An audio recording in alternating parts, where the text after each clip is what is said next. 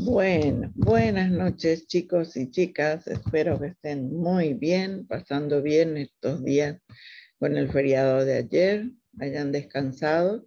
Y bueno, hoy les voy a hablar sobre las otras formas de orientación colectiva, que las tenemos en talleres, academias, centro de estudiantes, consejo de alumnos y orientación vocacional. Hoy vamos a hablar específicamente de los talleres. Hay forma de agrandar este porque si no, no veo.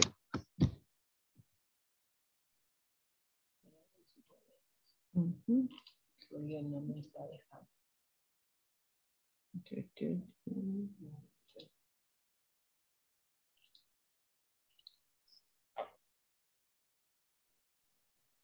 Bueno, entonces empezamos con los talleres, que es otra de las formas de orientación colectiva. ¿Qué son los talleres? Son espacios de vivencia de valores y crecimiento personal y grupal, donde a través de la utilización de técnicas activas se busca lo siguiente: estimular el espíritu creativo, es decir, ¿cómo? Poniendo situaciones, problemas y utilizar, por ejemplo, la técnica de tormenta de ideas, ¿verdad?, para resolver un tema. Potenciar la confianza en sí mismo, de manera dinámicas que lleven a que la persona se encuentre y quiera ser mejor cada vez y tener más confianza en sí mismo.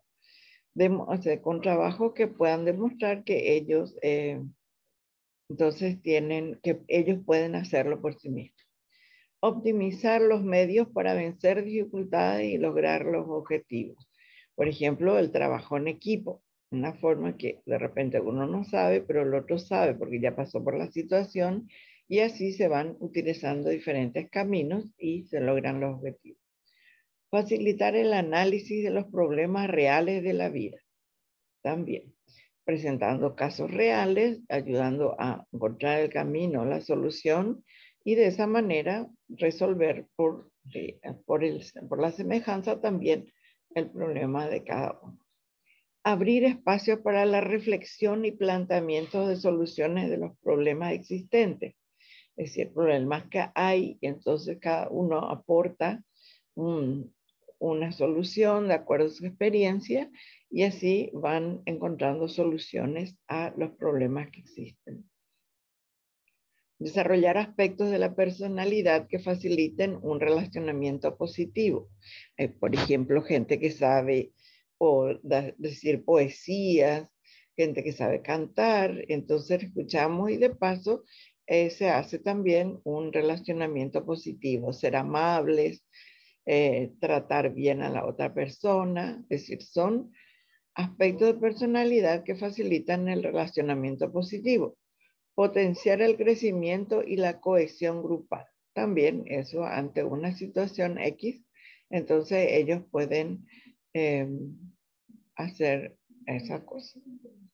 Las técnicas deberán ser planificadas con un enfoque que potencie el crecimiento personal y grupal.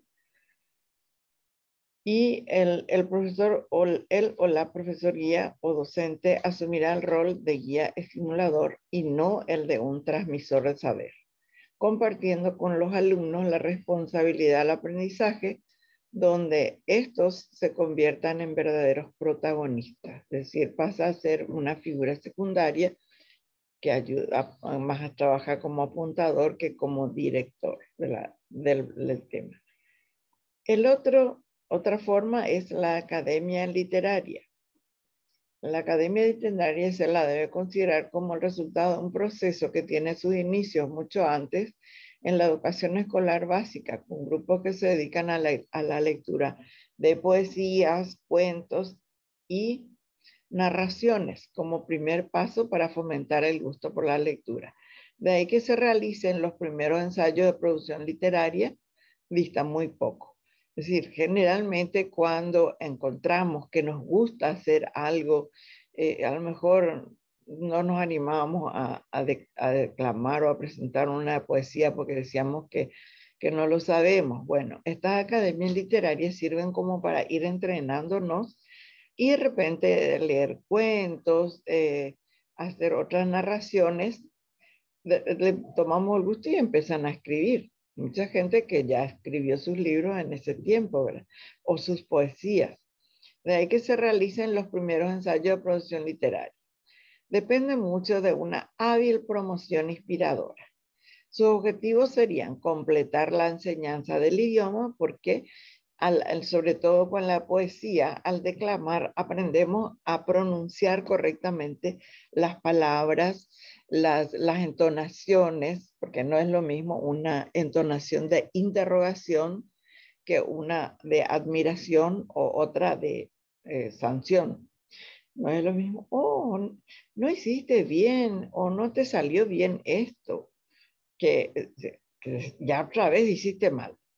La entonación y la forma de narrar y de preguntar, entonces ahí uno va aprendiendo, completando la enseñanza del idioma.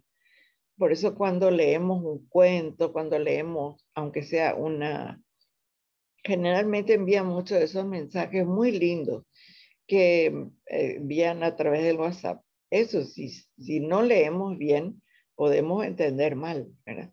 Pero si no respetamos comas y puntos cuando los leemos, entonces se arma un yabora, y cómo se diría, ¿verdad?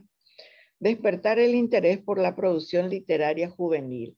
Nosotros cuando estábamos en Bahía Negra, cuando mi marido estaba sirviendo allá, yo enseñaba, pero psicología, por supuesto.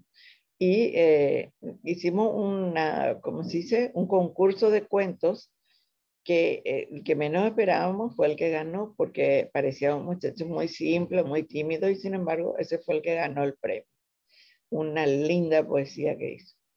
Formación de centros de irradiación artística en los campos de la poesía y el cuento. Yo suelo escuchar esas personas que leen cuentos en las plazas y que la gente se junta a escuchar la lectura de cuentos, la de narraciones, de una serie de cosas que nos gustaría sí escuchar, ¿verdad? Si ponemos un tiempito eso. Mejorar la expresión de publicidad de la institución a través de un periódico. También, yo me acuerdo que en mi colegio, hace mucho tiempo, habían esas cosas y teníamos nuestro periódico escolar. Elaborar murales, carteleras de noticias e informaciones. También eso se suele utilizar mucho en los colegios. Veo que el CPB generalmente siempre tiene su informativo, sus carteles de noticias e informaciones. La academia literaria puede alcanzar su plenitud en los cursos del bachillerato, cuyos alumnos han alcanzado un nivel adecuado de formación lingüística y literaria necesarios para emprender una actividad como esta. La cartelera de noticias e informaciones, el boletín o periódico pueden considerarse como los órganos de publicidad más importantes del colegio. Por ejemplo, inclusive informar sobre las posibilidades vocacionales que hay en el país, ¿verdad? Desde dónde ser los bachilleratos, los tipos de bachillerato, puede ser tema de un mural del colegio o un boletín o un cartel de noticias. Estas publicaciones estimulan y aumentan el interés por la institución, mantienen informados a profesores, alumnos, padres y a la comunidad, estrechan vínculos y al mismo tiempo que favorecen la autoexpresión, desarrollan el espíritu de observación e investigación de los alumnos. Eso en cuanto a la academia literaria. Después tenemos también otra forma de orientación colectiva, el consejo de alumnos, que puede hacerse desde el segundo ciclo en adelante, donde ellos ya pueden asumir ciertas responsabilidades. El consejo de alumnos es un organismo deliberativo formado por los y las presidentes de cada parlamento escolar de la institución. Esta agrupación así reuniría, asesorada por los orientadores, orientadoras o la dirección misma, para informar y evaluar sobre la marcha de los parlamentos escolares, los proyectos institucionales, los PEI que le llaman ustedes, a ser realizados, la programación de actividades de carácter general que compete a todos los grados, las actividades planificadas, porque sabemos que hay eventos que siempre quedan a cargo por ejemplo, el primer ciclo va a ser la kermés del colegio del día tal. Segundo ciclo va a tener a su cargo el San Juan y así por ciclo, entonces se hace también la programación de esas actividades de carácter general en la que la responsabilidad recae sobre los grados. Las actividades planificadas, las sugerencias o decisiones planteadas por los parlamentos de diversos grados. Luego tenemos el centro de estudiantes que es Aputete Mimbo Ewi, o sea, es la esencia más o menos. La Constitución Nacional en su artículo 25 de expresión de la personalidad, artículo 32 de la libertad de reunión y manifestación y el artículo 42 de la libertad de asociación, así como la Ley General de Educación en su capítulo segundo, artículos 127 y 128, amparan la creación, funcionamiento y fines de los centros de estudiantes. Es lo que creo que les contaba el otro día, que creo que fue en el 2018 o fue el último año del gobierno, antes del Descartes, o fue durante el Descartes. No me acuerdo bien, me acuerdo que se iban desde el ministerio a formar a los que iban a ser los formadores de los centros de estudiantes. La importancia que le dieron fue muy buena. Hoy día, bueno, por todo lo de la pandemia también está muy difícil. Pero eso pueden tener ahí bien claro de que ustedes sí pueden hacer esos con centros de estudiantes, que creo que la facultad lo tiene, ¿verdad? ¿Qué es un centro de estudiantes? Es una asociación gremial de alumnos de una determinada institución educativa regido por un estatuto encuadrado dentro del marco constitucional y con miras a preservar los derechos de los estudiantes, como así también fomentar actividades relacionadas a la cultura, a lo social, deportivo, todo dentro del marco de respeto y la convivencia pacífica con las autoridades educacionales. Es la organización que representa a todos los estudiantes de la institución ante las autoridades de la misma. Mediante el centro, los alumnos, los estudiantes podrán ejercer la democracia mediante libre elección y el derecho al voto secreto. Formando un centro de estudiantes se está dando oportunidad a los líderes juveniles a desarrollar sus actividades gremiales, que no es lo mismo que hacer los sindicatos y después no... la última. Un momentito, por favor.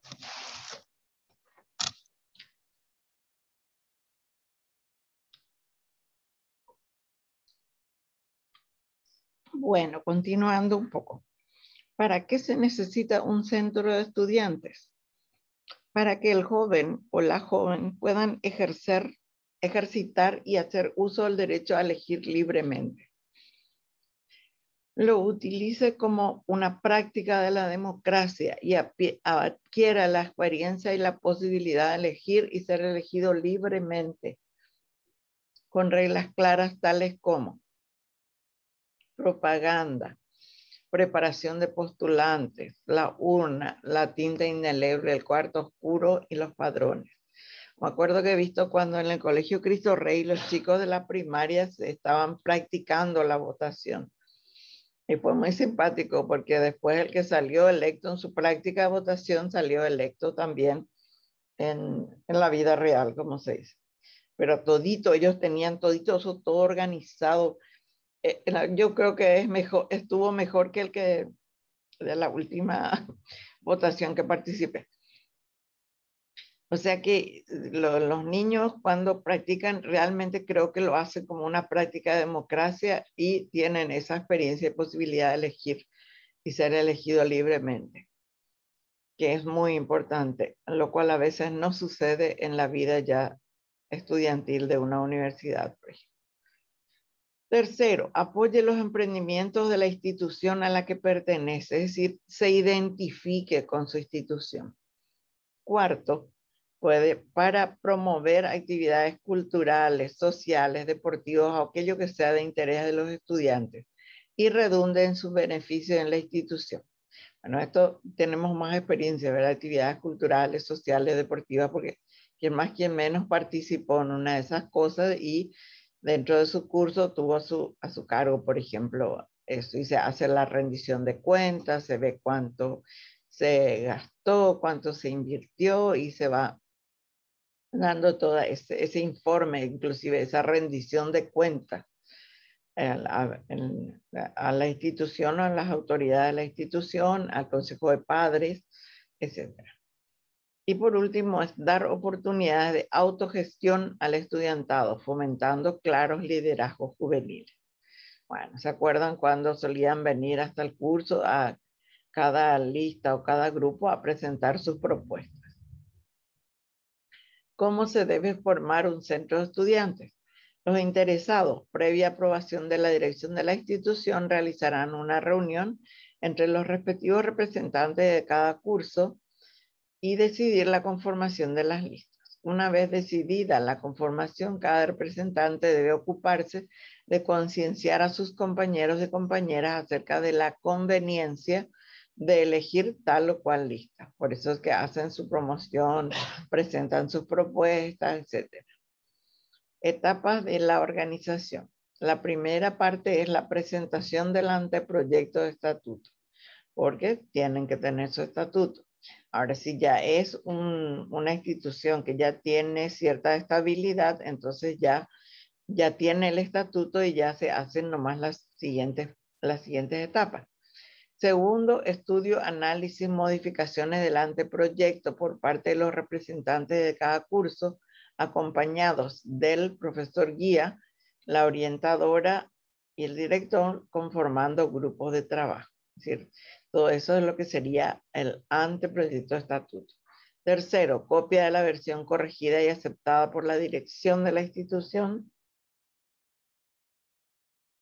Cuarto, convocatoria asamblea de aprobación del estatuto a todos los presidentes y vicepresidentes del Parlamento escolar. Ven que es un tanto diferente al Parlamento escolar. El Parlamento escolar es una institución jerárquica más importante que el centro de estudiantes. 5. La convocatoria se realizará a través de los medios que dispone el colegio, como los tableros, la información general, el Parlamento escolar y otros. 6. Contar con libros de actas con libros para, o sea, esos cuadernos grandes con raya que vienen, pero también se puede utilizar el sistema digital si se tiene acceso. Libros para actas de asamblea, registro de asistencia, etc. 7. Llamar a convocatoria por lo menos con 15 días de anticipación a la fecha. 8. La inscripción de los movimientos deberá realizar en servicio de orientación o en la dirección o departamento de orientación, basándose en un formulario preparado, que generalmente ya se tiene en la institución. 9. Se dará difusión amplia sobre el perfil de los candidatos. Donde vaya un lugar donde yo me fui que me gustó muchísimo, porque así como como hacen la presentación de los que quieren ser diputados y esas cosas, pero realmente buenos, los de los colegios, no como los otros. Entonces se hace amplia difusión sobre el perfil de los candidatos. Y 10, se deberá comunicar a la dirección el proceso del trabajo, acompañado siempre del orientador o orientadora, que es el responsable directo. Bueno, generalmente nosotros no tenemos eso, ¿verdad? Bueno, no sé quién ejerce en el departamento o la dirección de bienestar estudiantil de la facultad. ¿Quién es? Lo que tenemos es psicólogo allí, ¿verdad? No tenemos orientadores y psicólogos, o orientador solo, creo que no. Bueno, un poquito para completar esa información, les cuento que en la resolución 5596 sobre lo que es la orientación en todos niveles y modalidad del sistema educativo nacional, en el capítulo 3 de las acciones de orientación en los diversos niveles educativos, tenemos en el B en la etapa básica del nivel medio, ayuda al educando a tomar conciencia de su personalidad, determina las áreas de actividad que más le atraen, teniendo en cuenta sus posibilidades de desempeño con miras a una primera decisión vocacional a través de los clubes, consejos de curso, unidades de orientación. C, en el bachillerato humanístico, que actúa como agente integrador de la experiencia vital del proceso educativo, apoya al educando para un mayor afianzamiento de su personalidad y la mejor interpretación de sus planes vocacionales. Y en el D, en la modalidad técnico-profesional, que la mayoría conoce porque ya, o al menos los que llegan al bachillerato, ¿verdad? Prepara al educando para su mejor adaptación a la vida y al trabajo, centrando su acción en el afianzamiento de la decisión profesional del estudiante, en función al conocimiento de sí mismo y las oportunidades ocupacionales que le ofrece la comunidad, a fin de que se incorpore al mundo laboral con actitud positiva y logre su ajuste en el campo elegido. Es decir, está casi todo previsto, tanto en la Ley General de Educación como en la Constitución Nacional, para que todas estas cosas se puedan hacer y se puedan dar. Depende mucho de la actitud de las autoridades, ¿verdad?